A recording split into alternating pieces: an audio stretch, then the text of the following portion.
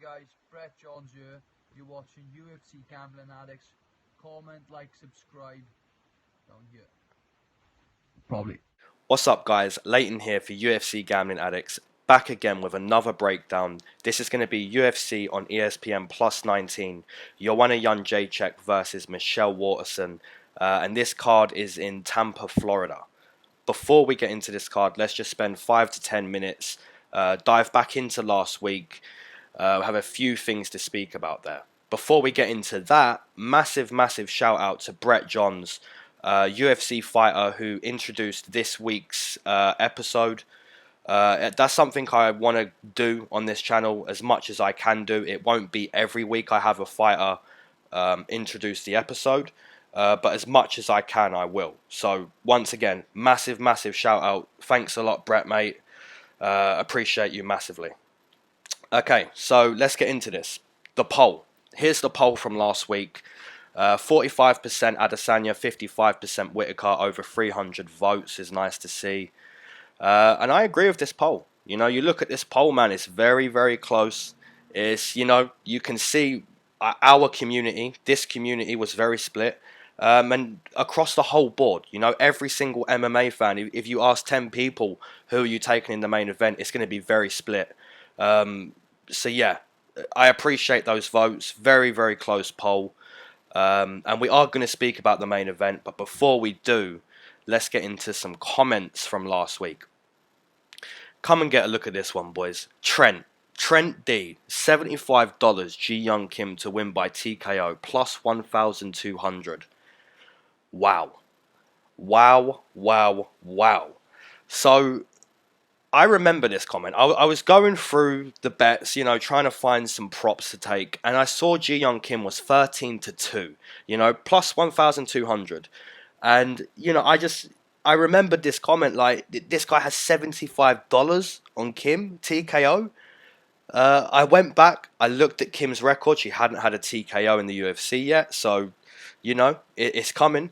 And Nadia Kassim, once again, I saw 0-0 on her record. She's pretty green in MMA. She's still learning the sport. So I didn't put $75 on with you, Trent. I only put about 15 quid on. But massive credit to you. That's something you obviously saw leading up in the week. And, you know, massive credit to you there, mate. That's insane. Nexus, middleweight just looks a lot brighter with Izzy as champ. Hallelujah to that. I completely agree with that. Peter Jones, why does everyone think that Tuivasa has this easy fight? Ty tends to gas out, and this guy he is fighting is no punk. He got caught by Walt Harris in the first round. This is a heavyweight division. I think Tuivasa loses by TKO in round 2. I'm not that impressed by Ty. I would not be so confident, my friends. Nailed it, mate. You've nailed it. It wasn't a TKO. It was a sub, but he was getting pounded on in that second round. And, you know, I have to speak about Spivak's performance in a minute because massive credit to that guy. Justin, I love what you said about the law of attraction when you explaining Adesanya's mindset. You really can't pick against a guy like that, and I'm fully on board with your pick. Yeah, I mean, Adesanya, man, I've said it on this channel before. I said it last week, and I'll say it again now. Adesanya has an insane law of attraction. And I'll say this again, if you don't understand what I mean by law of attraction, just Google law of attraction Conor McGregor. Because the last time we saw such a law of attraction was Conor McGregor, and now we're seeing it all over again with Israel Adesanya. James, I generally don't get emotionally invested in fights, but Bobby versus Izzy is giving me low-key anxiety. Mate, that was one of my favourite comments, man. Like, all week I was just, you know, as the days were getting closer, man, I was getting more and more scared for Izzy, but like I said, man, law of attraction, you have to stick with that guy, man. He's so unique. Don't bet against the Stylebender. He won't be beaten, and his takedown defense is top shelf. Well, he didn't need to stuff a takedown, but once again, I completely agree with that statement, and a great call from you, Marcus. Okay, so the bets. Like I said, Trent D, massive shout, mate. I put 14 quid on that. Decent returns. I wish I put 75 quid on it, just like you, but there we go. And then I had Israel Adesanya. I took him at evens. I believe that was like a Tuesday or a Wednesday. And then we had this parlay: Ji Young Kim, Diego Lima, Israel Adesanya. And two others failed, man. Patolo. Oh, if Patolo wins, oh, it's an extra 200 quid. But, you know, making his debut, he gassed out. What can you really say? Okay, so we are going to do a quick recap of the fights. We'll start with the first fight of the night, Khalid Taha versus Bruno Silva. First round, Taha hurt him, nearly finished him. Good first round. Second round, Bruno Silva, you know, implemented the grappling, got a takedown. The second round was looking very good for Bruno Silva. And then heading into the third round, there was obviously a clear path for both guys. If Taha kept it on the feet, he was going to win. If Bruno Silva got it on the mat, he was probably going to win. However, Khalid Taha subbed him. He subbed him. So, unbelievable. And then Ji Young Kim, obviously, very good performance. She looked a little strange for like the first 3 minutes. She just looked like she wasn't there. Like maybe she was ill or something. She looked really slow. And DC was kind of saying like, you know, she is a slow fighter with her strikes. And I was just like, DC, you've clearly never seen this girl fight. She is never as slow as this.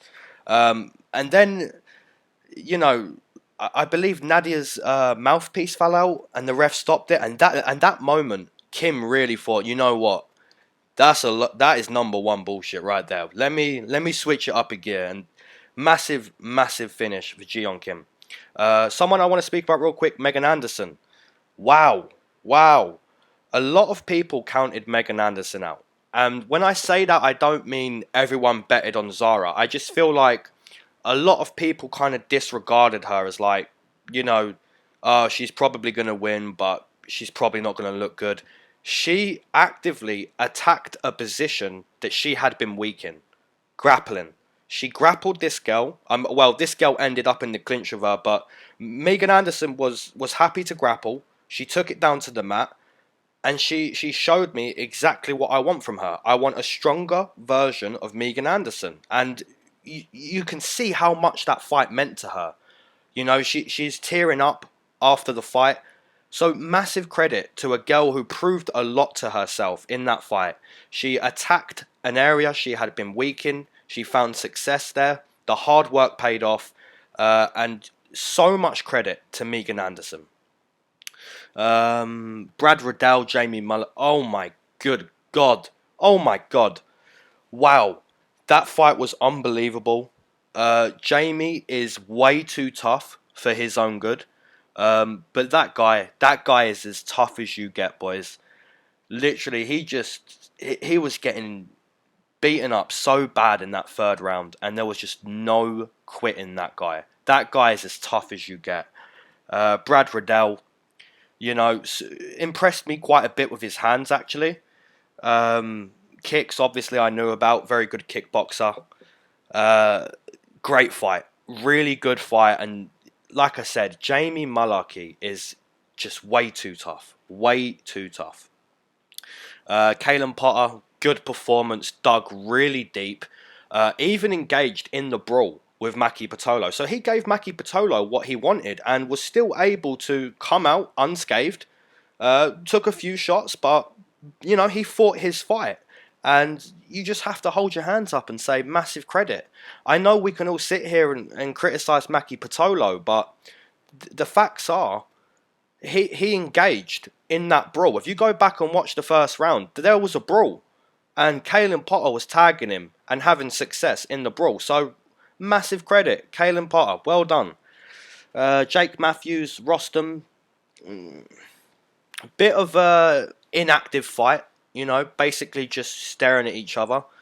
And Jake Matthews kept the fight on the feet, which was surprising. But luckily for Jake Matthews, Rostam Akman looked exactly the same as his debut. Just coming forward, spending minutes waiting and waiting and waiting and waiting. So Rostam Akman has some work to do. Jorgen De Castro versus Justin Tafa. Oh my good God. I mean, I said someone was getting their head taken off in the first round, and I was leaning towards the guy who was the Mark Hunt prodigy, but no, Jorgen De Castro. He even walked off. He walked off, and that was basically his way of saying, look, I know all of you expected that. I know all of you expected Justin Tafa to walk off, but look, I'm for real. I want to fight here, and I'll be the one walking off. So, massive credit once again, Jorgen De Castro. Diego Lima versus the Jedi. Now, I had a little bit of trouble with this one. At this point, I'm about 10 shots in, maybe 15. And I had and I can still read the fights when I've had a few JDs. I felt like this fight should not have been a split. I really did. If you go back and watch that fight, man, there's a strong case for a 30-27. We're scoring rounds off of effective striking and grappling. Now, just look at how red the Jedi's calf is after round 1. And then Diego starts to implement takedowns. Like, I scored that heavily for Diego Lima. So to hear a split, that one made me a little bit sick. Spivak versus Taito Ivaza. What can we say? Spivak had a strong game plan, and he stuck to it. Now, Taito Ivaza falling over his own calf kick probably helped the game plan. But yeah, Spivak, man, just he kept going for the takedown. He kept going and going and going.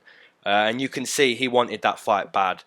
And after 2 minutes, you could see the fatigue on Thai. You could see just having to get up. It was too much for him. So my most confident picks were Thai and Megan Anderson. And I said, if they can keep it on the feet, then I feel they will have success. Now, one half of my most confident pick, being Megan Anderson, attacked that weakness. She said, look, I'm not going to stay on the feet. I'm going to be the one to take you down. I'm going to attack what I have been weak at. And one guy tried to keep it on the feet in Thai, but was falling over his own calf kick. So what can you say? Dan Hooker versus Al. Massive credit to the Hangman. Like, he was just picking his shots. He looked so calm, so composed, just picking his shots. And Al he just couldn't get in. I mean, and the takedowns, he ended up on the bottom. I said Al is an extremely well-rounded guy. Dan Hooker is an extremely well-rounded guy. So, with the call-out Dan Hooker made, I'd love to see that fight. Dan Hooker versus the Diamond. That's a good one. And then the main event. I thought the main event was brilliant. I thought the dancing from Israel Adesanya was brilliant. I thought the intensity that Rob Whittaker came out to was brilliant. That scared me a lot. And you know, what can we say? Rob Whittaker, he threw the shots, and they were very, very close. A lot of them were very, very close. Now, if one of those shots lands, we may be speaking about Rob Whittaker defending the title. However, it's when Israel Adesanya fights, it's like he's watching from outside the cage. It's so unique to watch this guy dance, move, fake, and just look like a master in there. So every time Rob Whittaker threw these shots, you know, a few landed here and there, but 90%, 95% of them just falling half an inch too short, and that half an inch makes all the difference. And then we just saw, you know, precision, timing. Israel Adesanya is a real master, and I'm so happy to say I've taken him in all 7 of his UFC fights, and now he's a champion. I'm so happy for the guy. So happy that I purchased myself a Israel Adesanya jumper straight after the fight. Okay. Let's get into this card, starting with JJ Aldrich versus Lauren Princess Tiger Mueller. We'll start with JJ. JJ Aldrich comes into this fight 3 wins, 2 losses inside the UFC. She has very good footwork, good counter boxing, She's a third-degree black belt in Taekwondo, but she doesn't really show that side of her game. She doesn't really show too many kicks. So I'd like to see more kicks from JJ Aldrich. You know, she's a decent girl. She's a decent girl. You look at her last fight against Maycee Barber. Looks pretty good in that first round. You know, tagging up Maycee. Was able to keep it standing, which was impressive. But then you see, you know, Maycee Barber really started to pressure her in that second round. And Maycee Barber, to see her finish standing, you know, that was really impressive. So, same type of fight for her opponent, Lauren Mueller. She's going to be the aggressor. She has to be the aggressor. And Lauren Mueller comes into this fight 1 win, 2 losses inside the UFC. Previously fighting in the Contender series. And she's primarily a grappler. You know, she's looking to be the aggressor, put you up against the fence, look for takedowns, just kind of make it dirty in there. You know, lean on you up against the fence. Just be the stronger, more physical woman inside the octagon. She has pretty good head movement when she's not clinching. She's always bopping and moving her head. She's pretty weak to the body. We have seen her exposed to the body a couple of times. But this is a tough one, man. This is a tough one. Initially, I was leaning towards JJ Aldrich because I do believe she will be the more polished striker in there. But both girls have a path here. I think for JJ, keep it on the feet and just, you know, be the more experienced striker in there. Because Lauren Mueller, she used to be a nurse. And she's pretty green in MMA. But she does have a path in this fight.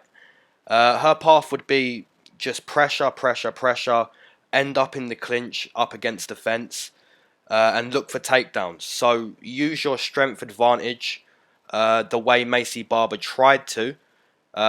Just because Maycee Barber failed doesn't mean to say Lauren Mueller's going to fail. So tough one to start out on. But I'm actually gonna take the underdog. I was leaning towards JJ Aldrich initially, but I think if Lauren Mueller can really be the aggressor, put JJ Aldrich up against the fence, look for takedowns, I think she has a good path to victory. So I'll take Lauren via decision. Taking a look at the odds. And this was, you know, I'm not going to lie, this was a little bit part reason why I switched. Minus 160, 175, minus 189. Minus 170 mainly for JJ Aldrich, which it's a pretty fair line, you know. Like I said, I was initially leaning towards her, so minus 170 isn't the worst. But Lauren Mueller, you know, plus 150, plus 145. I think it's a tough fight for both girls, so I feel leaning towards the underdog on this one is the right thing to do for me. Okay, moving on into the next one. We have Marvin, the Italian Dream Vettori versus Andrew Aldirty Sanchez. And we'll start here with Marvin. So Marvin comes into this fight 3 wins, 2 losses, and 1 draw inside the UFC. Fighting out of King's MMA, which is a very decent camp. Probably the best Italian fighter we have in MMA, or in the UFC, should I rephrase. He had a very, very close decision with Adesanya. Now, this is why I like Adesanya so much, because after this close win, you just see the improvement. So, I do feel that fight made Marvin Vettori a better fighter. We look at his most recent fight against Cesar Ferreira, and Marvin Vettori looked very good in that fight. Very powerful striker, good impressive striking, a well-rounded game. You know, he was able to keep it on the feet, stuff takedowns. I believe he even got his own takedown at some point. So Marvin Vettori is looking better and better every fight. He's very well-rounded, can grapple very well. And like I said, the striking is looking better and better every fight too. His opponent, Andrew Sanchez, not the best guy, not the worst guy. Comes into this fight 4 wins, 2 losses inside the UFC. He has now moved to TriStar, so the camp change, I appreciate that. He's now with a very, very high level camp. And we know about Andrew Sanchez. You know, he's looking to wrestle, he's looking to grapple.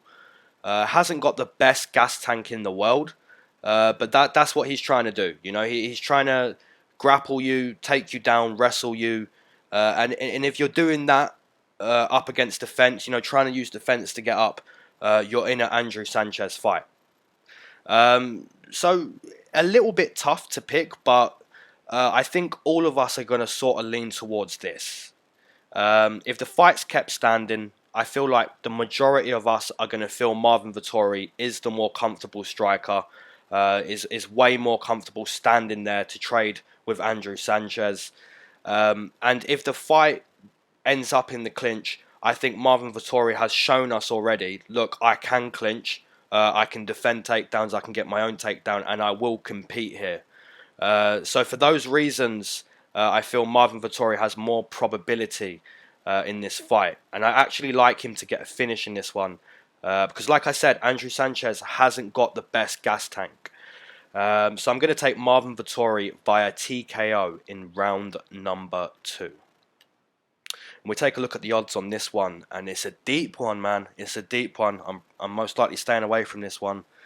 Minus 300, minus 293, 305, 282, minus 280, which isn't, you know, it sounds a bit better than minus 3. And that's for Marvin Vettori. So quite a deep line for Marvin Vettori. Andrew Sanchez, man, plus 250, plus 235, 240. Very, very nice line as an underdog. So if you believe Andrew Sanchez is the much stronger wrestler, if you believe his grappling is going to be the difference, and if you believe his camp change has helped his conditioning, or, you know, somewhere along all of those lines, if you believe that, then I'd say take a dig at Andrew Sanchez. But at the same time, Marvin Vettori is looking better and better every fight. So I can completely understand why his odds are at the other end of the spectrum. Okay, moving on into the next one.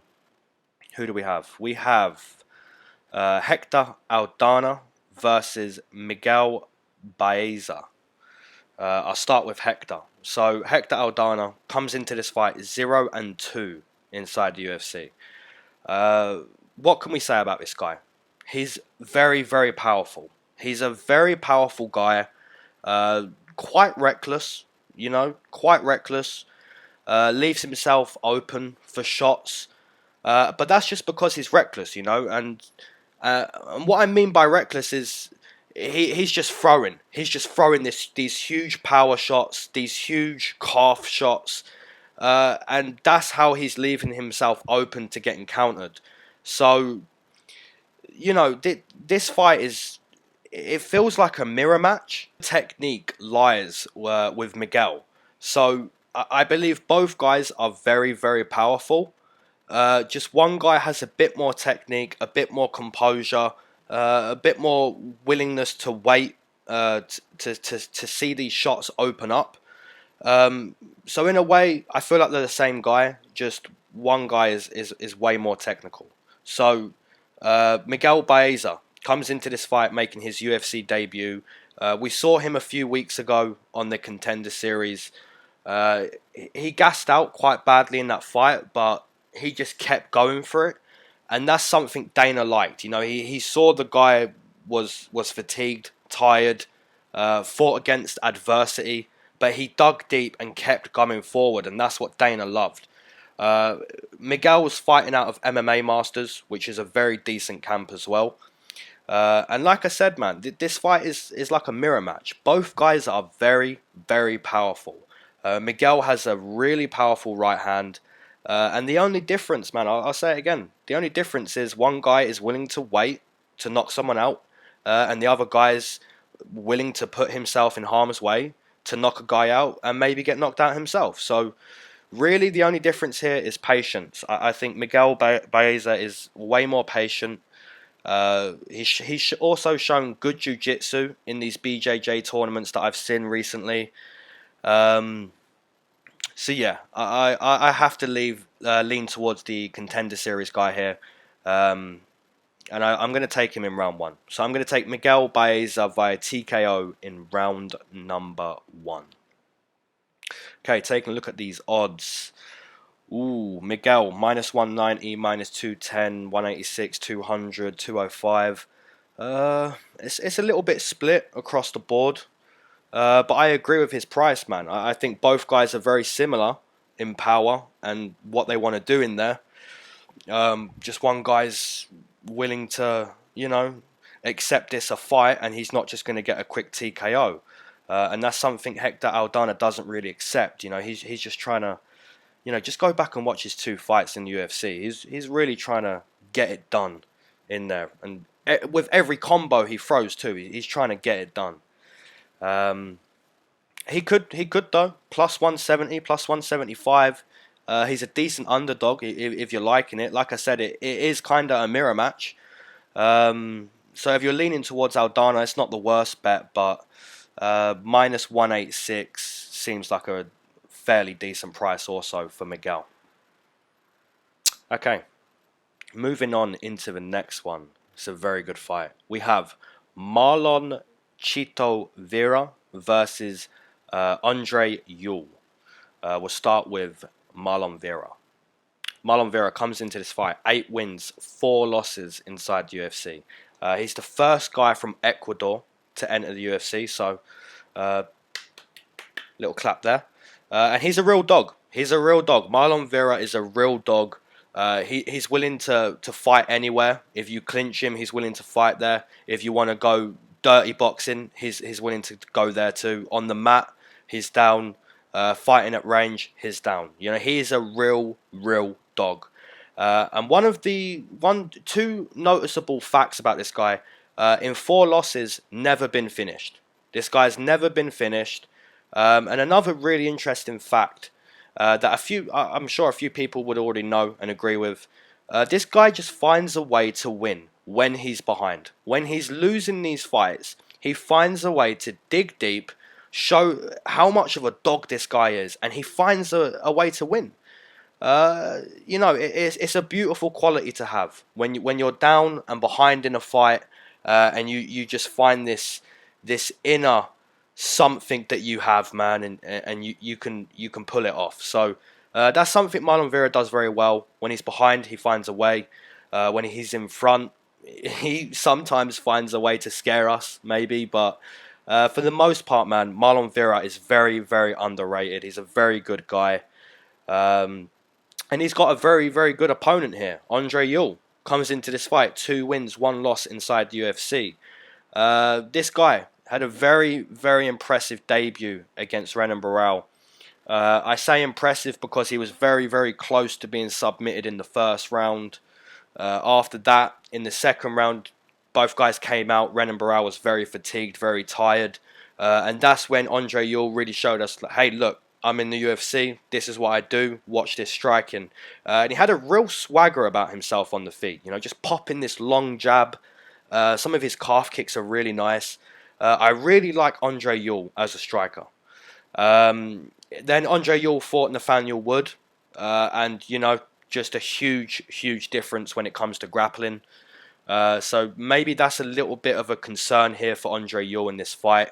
If it does go into the clinch, I think Marlon Vera is able to just be nasty, sneaky and nasty. You look at the way Marlon Vera grabbed the arm from Brian Kelleher and got him in that Kimura. Just pure nasty, man. This guy is a dog. Marlon Vera is a dog, and he'll compete anywhere.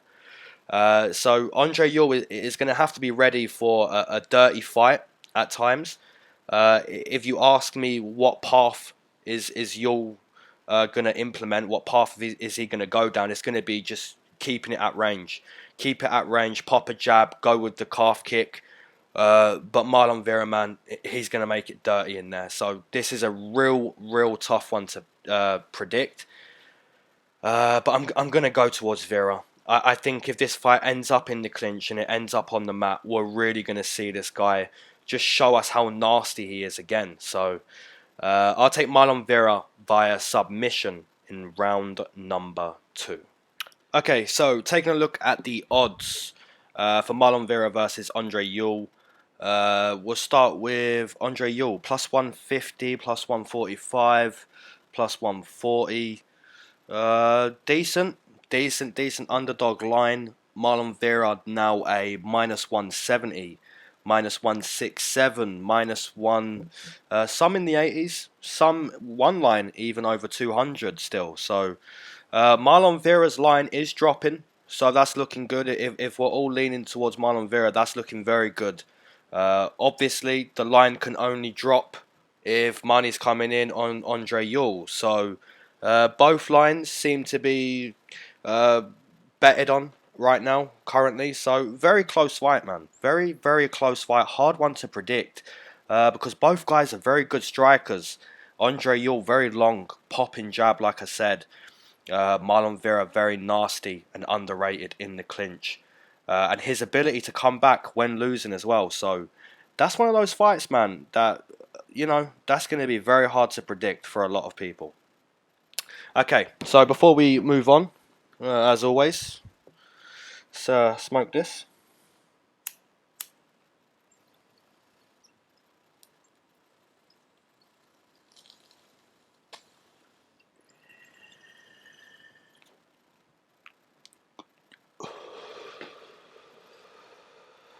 Okay, what's the next fight? We have Deiveson Figueiredo versus Tim Elliot, or formerly known as Timothy Elliot. Let's start with one of my favourite guys, Deiveson Figueiredo. Comes into this fight 5 wins, 1 loss inside the UFC. He's a black belt in Brazilian Jiu-Jitsu, although his background is karate. So we see that when we look at this guy, you know, he's a pretty good scrambler. If guys look to take him down, he's able to scramble. We've seen that quite a bit too. And when he's on the feet, you can see that karate background. You know, he's looking to use his kicks, and he has very big power for a 125er. And that's why I really like this guy. I really like Deiveson Figueiredo. I've taken him in every single one of his UFC fights, even his loss to Formiga. And one thing that I'd like to mention is that was his first loss, and he looked so good after that first loss against Pantoja. So like I said, man, this guy's very well rounded. He has huge power in his hands for 125 anyway. He has a strong body lock. He's able to go for his own takedowns, and is able 9 times out of 10 to scramble if the other guy's taking him down. The only time he was really held down and made to kind of work and not have any success was Formiga, and he lost that fight. So this guy, I really like him for the 125 division. He's very well rounded, and he's still improving. And, you know, lost that fight, came back, looked great. So really like Deiveson Figueiredo. Tim Elliot comes into this fight 4 wins, 6 losses in UFC. A veteran of the 125 division. He's fought against very good competition. Very decent competition his whole career. He's a very good wrestler. He also scrambles very well if guys try to take him down. Always searching for submissions. If he takes you down, he's always looking to take your back. And on the feet, man, this Tim Elliot on the feet, very unorthodox. Very unorthodox style. Always switching stances. Just a really hard guy to time on the feet. So I feel like this match will have grappling. I feel like there is going to be quite a bit of grappling in this fight. And it's hard to say what way it's going to go, man, because Tim Elliot is so sneaky.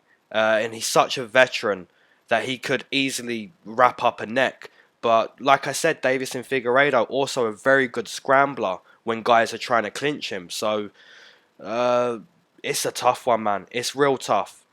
I feel if neither guy gets subbed, I think the more significant strikes on the feet are going to come from Deiveson Figueiredo. He has big power for a 125er. So maybe this fight is won or lost on the feet. But I do see a lot of clinching too. it's a hard one, but I'm going to stick with my boy. I haven't picked against him. I've always taken him. And I'm not being biased. I haven't got like favourites that I always pick. I really do pay a strong path to the opponent. For an example, Brandon Davis I didn't pick recently, and I painted a strong path in the grappling for his wins. So I think both guys can win this fight. I just think Davis and Figueiredo is gonna just have those significant moments on the feet. So I'll take Davis and Figueiredo via decision. Okay, looking at this line, it's a little deep again. Davis and Figueiredo minus 220, minus 230, minus 250 at William Hill. Oh God, minus 202 at Pinnacle. So his line is pretty deep, but I'm still with it. I'm still with it, man. I think Davis and Figueiredo is a good bet. Tim Elliot, on the other hand, is, if you're leaning on Elliot's side, that's also a decent line, man. Plus 180, plus 186, 190. It's a decent line. One thing I didn't mention that I want to mention quickly before I move on, Tim Elliot is, he's taken some time off. I believe he's had surgery on his knee.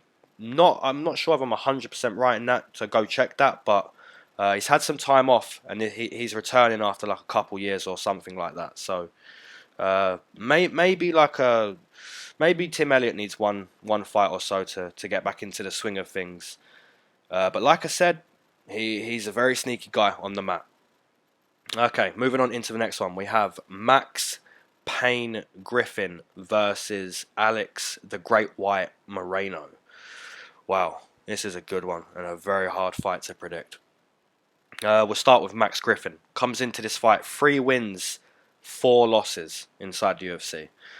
He's a second degree black belt in kickboxing, a very good counter boxer. Started training in MMA at 4 years old, did Max Griffin. So he's got 30 years experience in training MMA. So I'm sure a lot of you didn't know that. 30 years, insane. So he's a pretty good grappler as well. You take a look at the Thiago Alves fight, and even Zalim, the most recent fight. He's able to implement takedowns. He's a decent wrestler, and like I said, as well as a second degree black belt in kickboxing. So very underrated guy, I believe, in the sport. His most impressive performance and win was that fight against Mike Perry back in February 2018. Very, very impressive performance. I still remember it very vividly. Just countering, catching Mike Perry with the boxing. Mike Perry's face looked disgusting. I think he dropped Mike like 3 times. So yeah, Max Griffin, he's a pretty good guy. Well-rounded. Just, not the greatest guy on the roster, not the worst. 3-4 record doesn't really surprise me. Alex Morono comes into this fight 5 wins, 3 losses inside the UFC. He's a black belt in Brazilian Jiu-Jitsu, a black belt in Taekwondo, and also a very decent wrestler, just like Max Griffin. I think both of these guys are very well-rounded. It's a very tough one to predict, man, because Alex Morono, recently, he's looked pretty good against Kenan Song, looked pretty good. You could see that that black belt in Taekwondo in that fight for sure. And then against Zach Otto, you can see the black belt in Brazilian Jiu-Jitsu on the mat. Zach Otto shot for that takedown and he wrapped up a neck and then finished via strikes, I believe. So Alex Morono, man, he's a really decent guy. He was brutally destroyed by Nico Price. But Nico Price is just a madman. I think Max Griffin is way more comfortable just kind of countering. So this is going to be... Whoever implements a stronger game plan in this one is just going to be, the guy who wins. So if Max Griffin is looking to counter, looking to use his grappling when he wants, stuff Alex's takedowns, implement a few kicks there, then Max Griffin could be the guy that wins. But if Alex Morono, says, hey, look, you're a second degree black belt in kickboxing. I'm a black belt in taekwondo. If you want to fight from a distance, I can too. If it's close like that, but Alex Morono is able to implement takedowns and get the takedown, then I'm giving it towards Alex. So it's really 50-50, this one for me. But I just think one guy has slightly better, if not a little bit better, counter boxing than the other guy, and I think that's going to be the difference. So I'm going to take Max Griffin via a very, very close decision. Taking a look at the odds. Plus 110, 120, 125, 105. Slight underdog, Alex Morono, and I completely agree with that. I think this is a very, very close fight on paper. And when you try to picture it in your head and break it down, I think it also plays out very close. Max Griffin minus 145, 140, 150. Very slight favourite. Could be a little bit closer to a pick'em with Max's side. But yeah, I'm sure a lot of us picture a very close fight in this one. Very hard to predict. Okay, moving on into the next one. We have Ryan Superman Spann versus Devin Brown Bear Clark. And I'll start with Ryan Superman Spann. Comes into this fight 2-0 inside the UFC. He went 1-1 on the Contender Series. This guy's training out of Fortis MMA, a very, very good camp. And this guy is a very big 205er. He's like 205 pounds, 6'5", 80, I believe like an 82-inch reach or something like that. Yeah, very, very big guy for the 205 division. Prior to the UFC, he had some very nasty TKOs. Also some very nasty submissions. The way he's grabbing a hold of these necks prior to the UFC, you know, real nasty. Also to see some of his judo. If you go back and watch some of the fights prior to the UFC, man, his judo, he is ragdolling these guys. He's just throwing them around for fun. So this guy is no slouch in the clinch or on the mat. He's pretty well rounded. You know, look at his last fight against Little Nog, man. That uppercut, that perfectly timed uppercut, was just pure nasty. Very good guy. Ryan Spann, very, very good guy. I like him a lot. Devin Clark, his opponent, comes into this fight 4 wins, 3 losses inside the UFC. And this guy used to compete at 185, but now he stepped up to 205. And his best quality in this weight class seems to be just output, conditioning, just going longer than the opponent, outworking them, just setting a high pace, and the opponent not being able to keep up with that. And that's because this guy is quite a bit smaller than the average 205er. Joe Rogan said one time, whilst he was commentating on a Devin Clark fight, he said one time, look at the size of this guy's thighs. They're like tree trunks. And I completely agree. This guy has massive legs, and that's where most of his power comes from. You know, that's how he's able to press these guys up against the fence and keep them there and really make them work. And then after the opponent is fatigued, and he's able to keep implementing this fast-paced game plan. And you know, he's a good wrestler, very good wrestler. I do question his ability to take a shot from these guys. But I'm sure anyone would, man. Devin Clark, former 185er. So if Ryan Spann just like starches him, that wouldn't surprise me. But if Devin Clark is going to implement that game plan, and I'm sure he is, if he presses Ryan Spann up against the fence, is able to just kind of make it that type of fight, I think he could run away with it. But then it does get a little bit tricky, because if Devin Clark does get that takedown, like I said, Ryan Spann is no slouch on the mat or up against the fence. Has a nasty guard, nasty guillotine, the front choke. Yeah, this is a tough one, but I'm not gonna stick with the majority on this one. I'm gonna take Devin Clark. I think if he's able to avoid those big shots, keep a high-paced fight, obviously avoid the big shots like I just said, and push Ryan Spann up against the fence. Get some takedowns when he's fatigued, when there's a bit of sweat in the fight. I think it really could go towards him. So I'm going to take Devin Clark, sorry. I'm going to take Devin Clark via a very close decision. And we take a look at the odds. And this would be my second underdog on the card. First one being Lauren Mueller.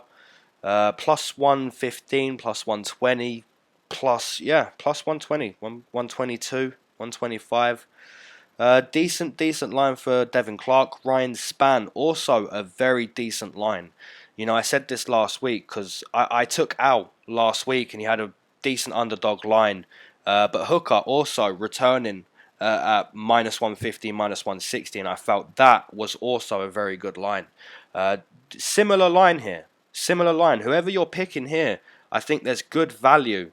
And the reason why we're getting good value on both sides is because there's a lot of money on both sides. So, tricky fight to predict. I think, Ryan Spann could starch him. But I think if Devin Clark evades big shots and implements that strong wrestling up against the fence, then it really could go towards him. So, that's why I'm going to stick with Devin Clark on this one. Okay, moving on into the next one. We have James, the Texecutioner, Vick, versus Nico, the Hybrid Price. And I'll start with James. Oh boy.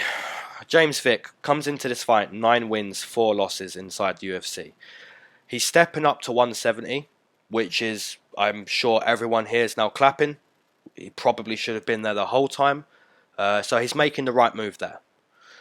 He's a jiu-jitsu practitioner, but primarily a very decent boxer. How he's not a great boxer would be the way he's losing. You know, he's not moving his head. There is no head movement from James Vick, and that's been exposed now. That's been exposed more than once. You take a look at the Justin Gaethje one. It was bad. Paul Felder put a real beating on him. And Dan Hooker, once again, you know, he just saw a statue of a head and he penetrated it. So, interesting to see that James Vick is returning sooner and sooner with each loss. After he got knocked out by Justin Gaethje, he returned in 6 months. After he got beaten up by Paul Felder, he returned in 5 months. After Dan Hooker just devastatingly finished him, he's now returning in 12 weeks. 3 months. You know, so it's kind of baffling me a little bit. Every loss, it's like James is returning quicker when in each loss we're seeing the same problem is still there. You know, he's kind of rigid and doesn't move his head. And this is something that's... this is the blueprint on how to beat James Vick, you know. You don't fight his fight. You don't just kind of throw 1 or 2 strikes and wait for the counter boxing. You don't fight James Vick like that. You throw these calf kicks and you throw these hooks and overhands at his stationary head. And apparently James Vick doesn't look much different. He isn't really changing, you know. So I think he has a horrible debut here. His opponent, Nico Price, comes into this fight 6-3 inside the UFC. And this guy's a madman. This guy is a madman. He has 4 TKOs, 2 submissions. He's finished all of his wins. And the reason because of that, he's always looking to finish. You know, he has a hammer fist finish from the bottom against Randy Brown, which was insane. One of the best comebacks ever against Tim Means. You know, I saw him live in North Carolina against George Sullivan, where he just got that done real quick. Brutally TKO'd Alex Morono, like I said earlier. This guy is a madman.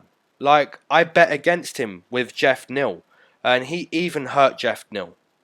You know, the only time I've ever bet against Nico Price, and I felt like, well, that was fairly easy, was Al Hassan. Like, that guy was probably the only guy to really not take any damage from Nico Price. So, yeah, this I'm looking at this fight, man, and it's a horrible debut for a guy who's lost 3 in a row, and he's returning sooner and sooner with every loss. So yeah, if anyone out there, if yeah, I feel like this is like the Titanic meme, you know, at the end where he's on the boat and he's like screaming, "Is anyone alive?" If anyone out there is taking James Vick, I'd love you to leave that comment, because if it comes in, I'd love to put it on the next episode. Yeah, I'm going to take Nico Price via TKO in round number 1.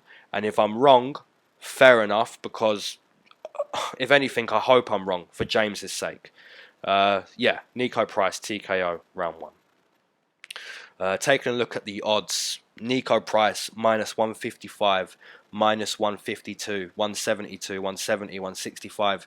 I like it. I like the line. I think it has decent value in it. And I'm going to be betting that line for sure. James Vick plus 135, plus 140. You know, he's an underdog, which I expected. If anyone's betting it, I'd love to know. I'd love to know.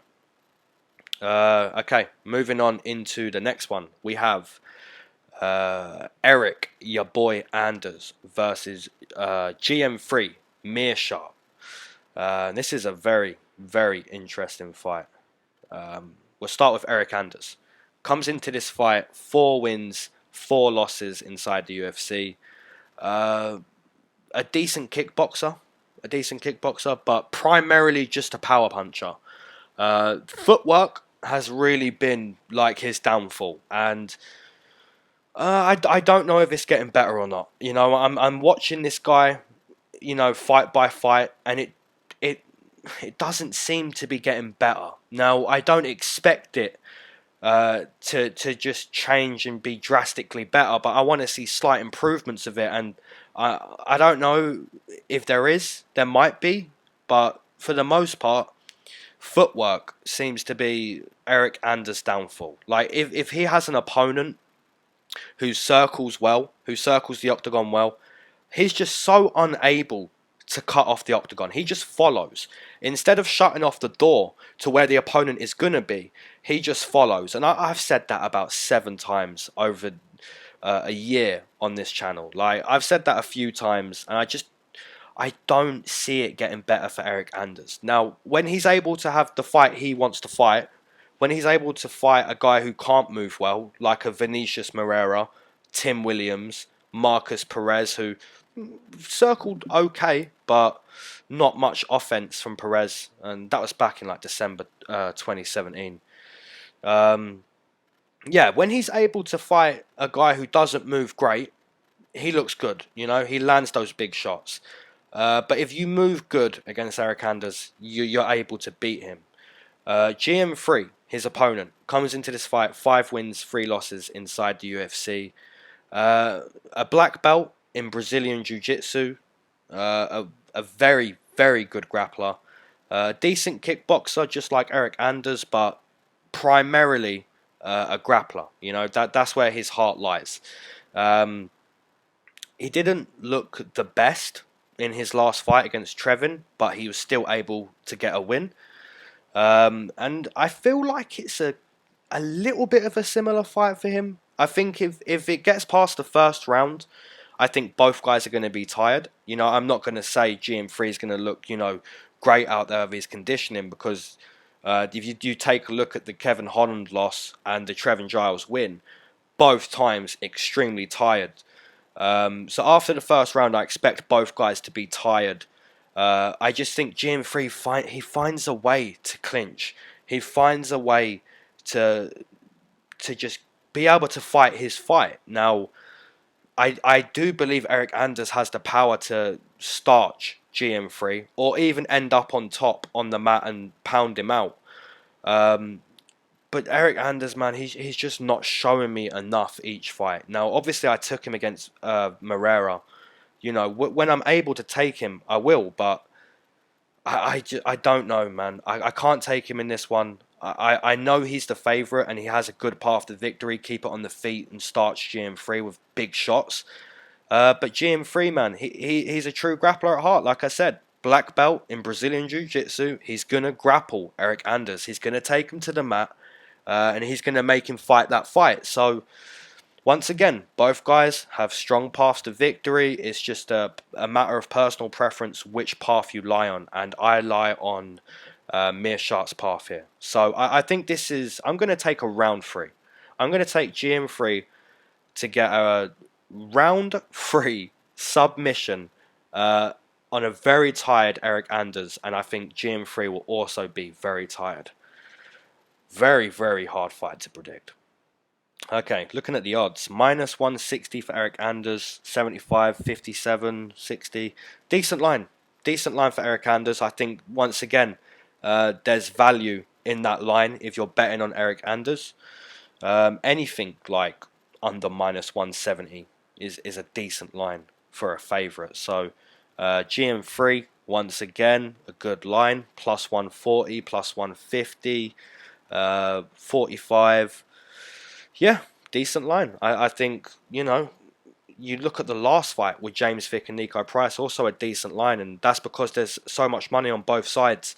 Once again, so much money on both sides here. A lot of money going on Eryk Anders, a lot of money going on GM3. I'm sure a lot of us are going to disagree with each other on this fight. I'm sure there's quite a few Eryk Anders out there, and I'm sure there's quite a few GM3s. So once again, that's fair, completely fair.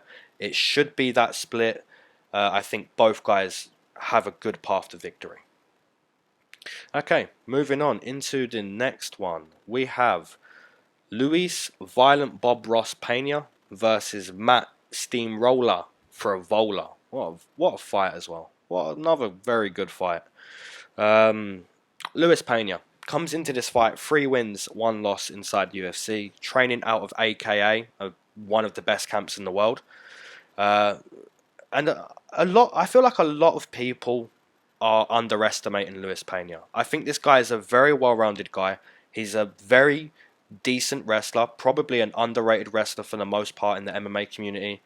A tricky kickboxer, you know, his height and his length makes him a very tricky kickboxer to get in there and fight with.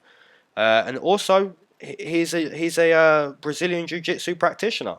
You know, he uses that wrestling to get you to the mat, and then he has these long limbs to deal with on the mat, and he's looking to take your back, mount you. Very good on the floor. So I think Luis Pena, if you look at him as a fighter, I think a few people have underestimated this guy. You know, he lost that decision to Mike Trezana, where he was just basically calf kicked all night in there. And then you look at that performance against Steven Peterson, where you was wondering again, is he going to lose this fight? I just feel like quite a few people are underestimating this guy. I think he's very well-rounded. I think he has a very good camp behind him. And I think he can only get better.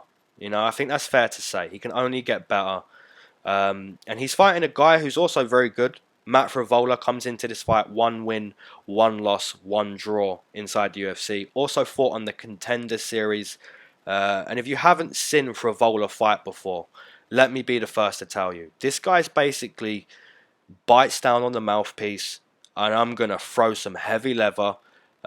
If that doesn't go too well, I'm going to shoot for a takedown, and we're going to, you know, you can try scramble as good as me, but you won't. You're going to end up on bottom, and we're going to fight on the mat. We're going to do both here.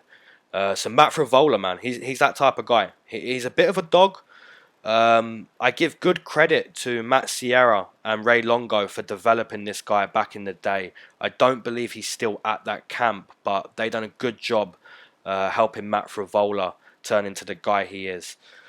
So yeah, looking at this fight, picturing this fight, I think as long as Pena doesn't accept bottom position, if Matt Frevola, you know, throws those heavy hands, and then shoots for a takedown, say he gets the takedown, I think if Luis Pena doesn't accept bottom position, is searching for submission, using elbows off of his back, being able to get back to his feet, defending with Kimura sweeps and stuff like that, I think as long as Luis Pena's doing that, I think he'll be pretty okay in this fight. Because striking wise, I put him quite a few categories above Matt Frevola. Luis Pena's very long. Very elite striker, you know, very, very elite striker. And, you know, I'm sure quite a few people listening disagree, and that's completely fine. All we have in this MMA prediction game is just making predictions, thinking about stuff. We're not fighters, so I would be weirded out if people didn't disagree with me at times. You know, I'm sure we all disagree at times, but my opinion for Luis Pena is I really like him. I really like this guy. I think he's very underrated by quite a few people.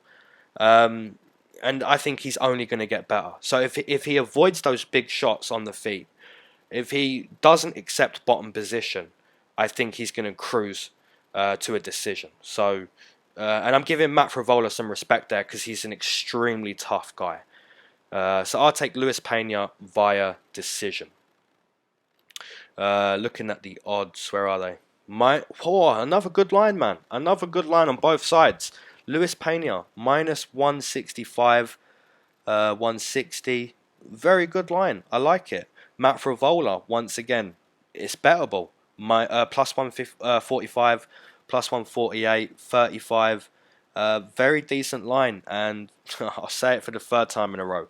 Can only get a decent line on both sides if there's a lot of money on both sides. So I'm sure a lot of people listening to this, half of you agree, half of you disagree, and that's completely fine.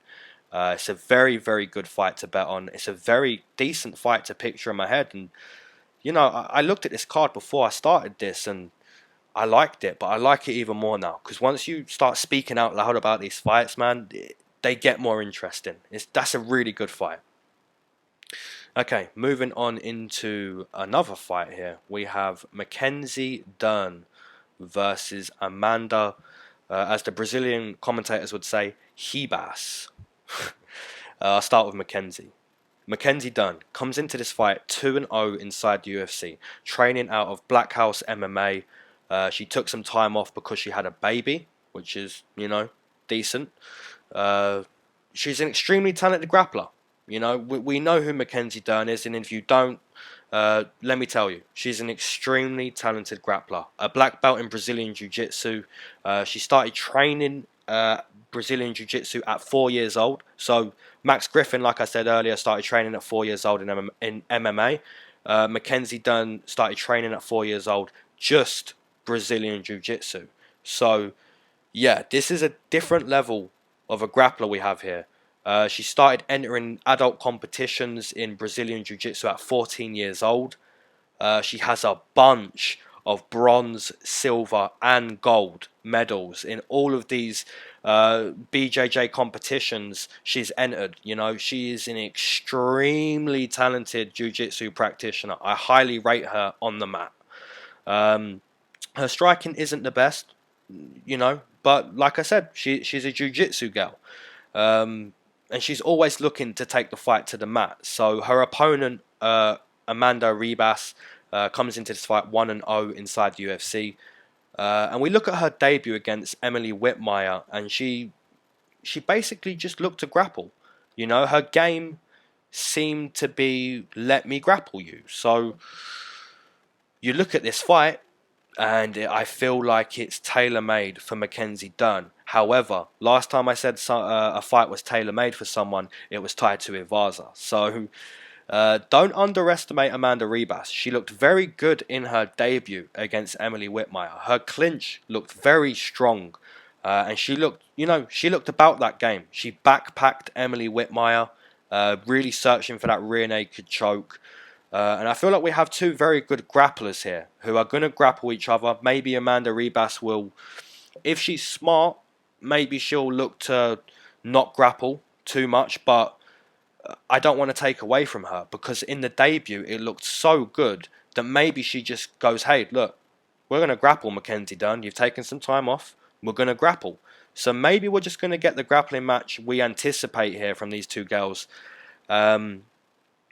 And like I said, man, there's just levels. There's levels to grappling, and I believe Mackenzie Dern is the far better jiu-jitsu practitioner here. So I'm going to side with Mackenzie Dern, and I'm going to take her to get a submission in round number 2.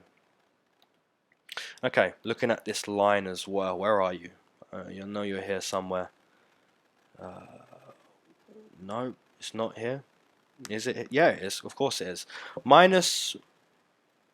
Hold on a minute. We've got minus 165 from Mackenzie Dern. We have minus 140. We have minus 160. And then we have minus 130, minus 25, and minus 120.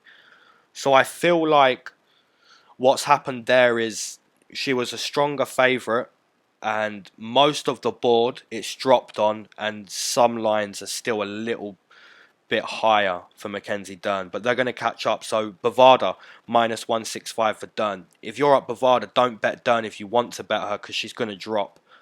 Because look at the underdog for Amanda Ribas on all of these sites. She's plus 105, plus 110. At Bovada, she's plus 135. So I'm sure a lot of people at Bovada are also going to bet on Ribas. So if you're betting on Ribas at Bovada, you need to bet now before that price goes. If you're betting at Dern, if you're betting Dern at Bovada, you need to wait until the underdog price drops. So you're going to get a better favourite price. Very good playable lines, both sides. I like it. I think both girls are good grapplers, but I think there's a difference in levels to grappling, and I think Mackenzie Dern is the better grappler there. So very good line though. I love it. Very good line. Okay, moving on into the next one. And who do we have here? We have a fight that would have been a good fight, but it's actually now off the card. It was going to be Thomas Gifford versus Brock Weaver, and Brock Weaver actually pulled out of that one. So yeah, that's a bummer, but we have 13 fights on this card now instead of 14. So moving on into the co-main event, and we have Cub Swanson versus a very, very, very good jiu-jitsu practitioner in Gracie. I'll start with Cub. Cub Swanson comes into this fight 10 wins, 7 losses inside the UFC, a veteran of MMA, 36 pro fights. He's definitely out of his prime, but he's still a good competitor. He's on a 4-fight losing streak, which hurts me a little bit. You know, I'm not the biggest Cub Swanson fan, but it's never great to see. He looked pretty good as well against Shane Burgos, like pretty decent. He held his own in that fight. Against Renato Moicano, he was dropped by a jab. Against Frankie Edgar, he just didn't look there. Against Brian Ortega, he looked like he was surprised that Brian Ortega was able to strike. So yeah, it hasn't been the best time for Cub Swanson, but it's understandable. He's a good guy. He is a competitor. Cub Swanson is a black belt in jiu-jitsu. Also a black belt in judo. So, experienced guy, a very, very experienced striker, very experienced there. And he's fighting a guy who is a very strong jiu-jitsu practitioner. Gracie comes into this fight 1-0 inside the UFC. He is the son of the legendary Rickson Gracie. And Gracie has won, I said this a few months ago for his debut, and I'll say it again because it's a really impressive fact. Gracie has won 51 jiu-jitsu contests, won 51 jiu-jitsu contests in a row, and winning all of them via submission. So the time didn't run out. Like, he won 51 in a row by submission. He's a first-degree black belt under the most respectful BJJ players in the game. So he's, his level's above Mackenzie Dern. And I'm putting Mackenzie Dern up there. He's levels above Mackenzie Dern when it comes to grappling on the mat. So yeah, he's also a black belt in judo. So both guys are black belts on the mat, and both guys are black belts in judo. One guy though is, I say they're both black belts in BJJ. Gracie is just, his black belt is in a completely different ballpark. He's a much, much, much better Brazilian Jiu-Jitsu player than Cub Swanson. However, Cub Swanson is a much, much, much better striker than Gracie, and way more experienced inside the octagon than Gracie.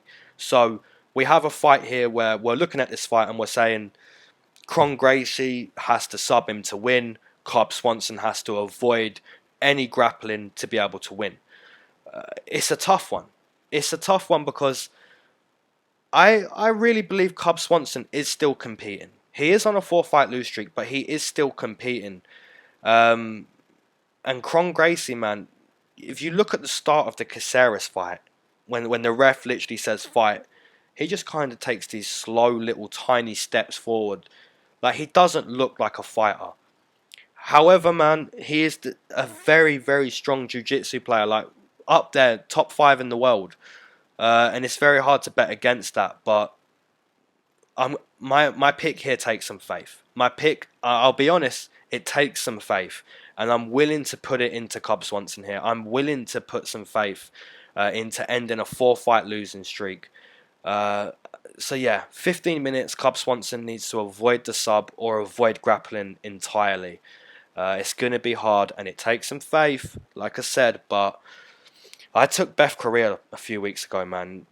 This one doesn't feel as bad as that. So, yeah, I'm going to take Cub Swanson to win via decision. And we're going to look at those odds. Plus 140, 145, 150. Good odds on Cub Swanson if you have the faith for it. Gracie minus 170, 165. Yeah, decent line. I like some of these lines, man. Like these minus 150, 160s, 170s, 140s. I like some of these lines because that indicates to me, look, some people are laying down money on these dogs. And that's what's happening here. We're getting good lines. We're getting really good lines on both sides. And I'm sure I'm the minority this time. I'm sure there isn't an even split. I'm sure there's probably only about 10 or 15% of Cub Swanson out there. But if you're taking Cub, put it down in the comments, man, because we're a minority. We're without a doubt a minority. Both sides are very playable, though. So, yeah, decent. Moving on into the main event. This is a good fight. I like this fight. We have Joanna, Boogie Woman, Jedrzejczk, and her ring name isn't Boogie Woman, but she's one of my favourites, and I'm going to call her that. She's fighting Michelle, the karate hottie Waterson. And I'll be starting with Joanna first. So Joanna comes into this fight 9 wins, 3 losses inside the UFC. One of the most dominant female fighters the UFC has seen. The former 115 champion. 6 World Mhuy-Thai titles prior to entering the UFC. And that's who she is, man. That is who Joanna is. She is a very, very talented kickboxer. She is extremely quick. She's extremely measured. Very composed. And, you know, just a Muay Thai kickboxing specialist. And it's really hard to picture anyone outscoring her. It's really hard to picture anyone being able to beat that because she's just so quick. She's so quick at landing whatever she wants. She's able to move all the time.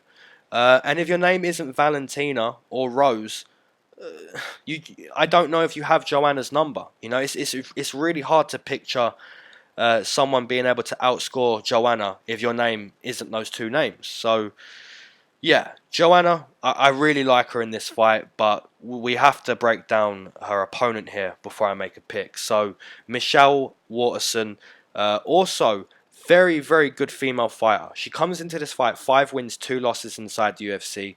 Of course, she is a black belt in karate, a very good, decent kickboxer herself. I'd say she has an underrated game on the mat. I think she's a very good Brazilian Jiu-Jitsu practitioner as well.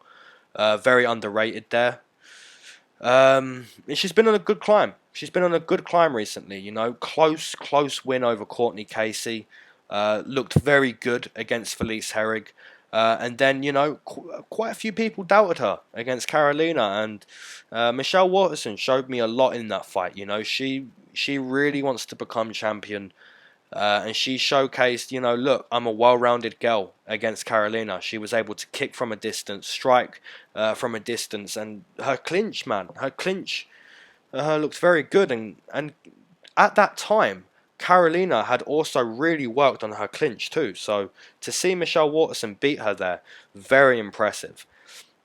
The story of this fight, it's hard. It's hard to picture how Michelle Waterson wins.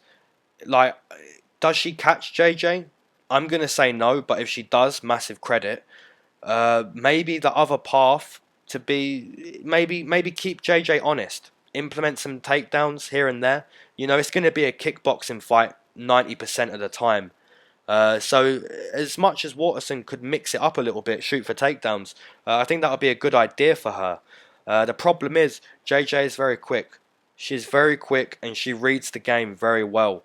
And this is why she has 6 world Muay Thai titles. You know, she's not just an anybody when it comes to going toe to toe, technique for technique, kickboxing. You know, she's one of the best in the world. And I know she lost to Valentina, and I know she lost to Valentina prior to the UFC too, and I know she lost twice to Rose. Very close fight the second time round. But I don't think just anybody beats this girl. I think she's still a very good fighter. I think she could become champion again. And I highly rate JJ as a kickboxer. I think she's one of the best kickboxers we've ever seen. In the female side of things, obviously. And, you know, included men too. You know, she's amazing. She's an amazing Muay Thai specialist. And like I said, Michelle Waterson has been on a good climb and she looks very good.